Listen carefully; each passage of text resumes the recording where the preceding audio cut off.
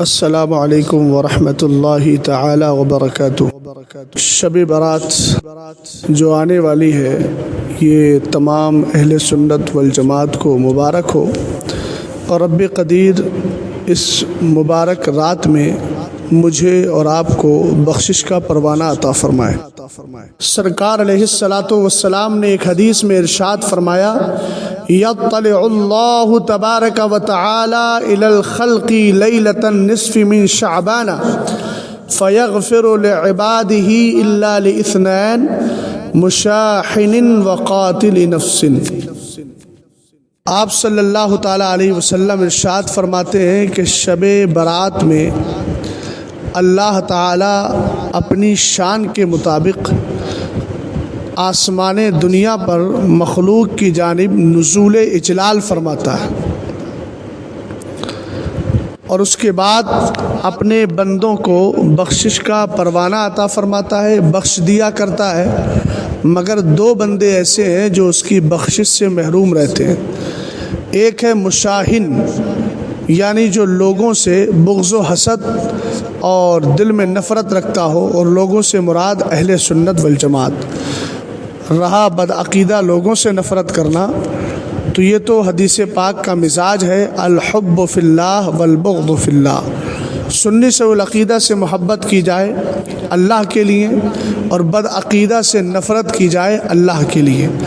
اور جو بندے اللہ رب العزت کی خاطر اور اس کے حکم کو ماننے کے لیے اہل سنت والجماعت سے محبت کرتے ہیں، تو سرکار علیہ السلام نے ایک حدیث میں ارشاد فرمایا، حدیث قدسی ہے، رب فرماتا ہے، انی لا اہم باہل الارض عذابا فاذا نظرت الی عمار بیوت والمتحابین فیہا والمستغفرین بالاسحار صرفت عنہم۔ اللہ تعالیٰ فرماتا ہے، میں دنیا والوں پر عذاب بھیجنا چاہتا ہوں، مگر جب میری نظر ان بندوں پہ پڑتی ہے جو میری مسجدوں کو آباد کرتے ہیں، اور ان پر پڑتی ہے جو میری خاطر ایک دوسرے سے محبت کیا کرتے ہیں، تو یہ وہی ہے جو مشاہن نہ ہو، بغض و کینہ رکھنے والا نہ ہو، بلکہ سنی سے پیار کرے، تو اپنے مصطفیٰ اور اپنے خدا کو راضی کرنے کے لیے تو یہ والمتحابین فیہا ہو جاتا ہے۔ اور فرمایا والمستغفرین بالاسحار، اور جو بندے رات کے اخیر حصے میں اللہ رب العزت سے بخشش مانگا کرتے ہیں، رب فرماتا ہے ان سب کی وجہ سے صرفت عنہم، میں پوری دنیا سے عذاب کو ہٹا دیتا ہوں۔ تو فرمایا مشاہن کو اللہ تعالیٰ بخشش نہیں دیتا، وقاتل نفس، اور ایک وہ جو کسی جان کو ناحق قتل کرے۔ تو ہمیں ایک دوسرے سے اتحاد، اتفاق اور محبت رکھنا چاہیے۔ دوسرا مسئلہ جو مجھ سے احباب پوچھتے ہیں وہ یہ کہ بدعقیدہ کہتا ہے یہ اس رات میں حلوہ بنایا جاتا ہے، یہ حلوہ بنانا بدعت ہے۔ پہلی بات تو یہ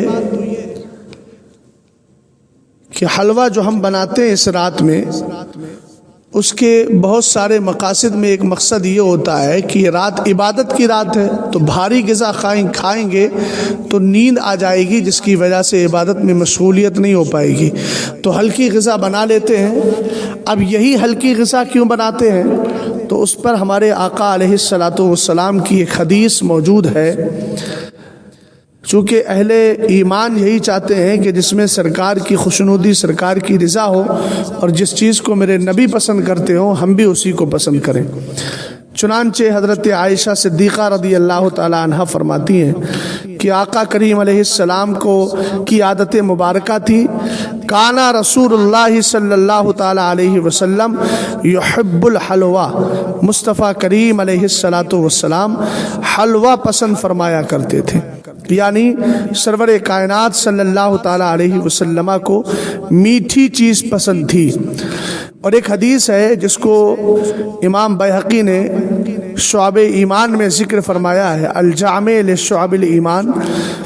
حضرت ابو امامہ باہلی رضی اللہ تعالیٰ عنہ اس حدیث کے راوی ہے کہ سرور کائنات، فخر موجودات، اصل کائنات، وجہ تخلیق کائنات صلی اللہ تعالیٰ علیہ وسلم ارشاد فرماتے ہیں، قلب المؤمن حلو یحب الحلاوہ، ایمان والے کا دل میٹھا ہوتا ہے اور وہ میٹھے کو پسند کیا کرتا ہے۔